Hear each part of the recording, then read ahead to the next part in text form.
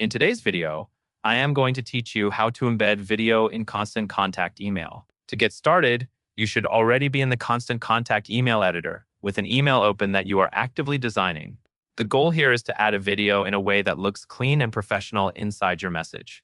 In most email clients, videos do not play directly inside the email the way they do on a web page. Instead, Constant Contact helps you add a video thumbnail or preview image that links out to the video. This is still a great experience for subscribers, and it keeps your email compatible across devices. First, look to the left panel where your content blocks are located. Find the video block. Then drag the video block from the left panel and drop it into the body of your email, exactly where you want the video to appear. Take a moment to place it in a spot that makes sense in the flow of your message, usually near a short introduction or a call to action. Next, click directly on the new video block in your email layout. When it is selected, choose Edit. This opens the settings for that block so you can connect it to the video you want to share. Now paste your video link into the URL field.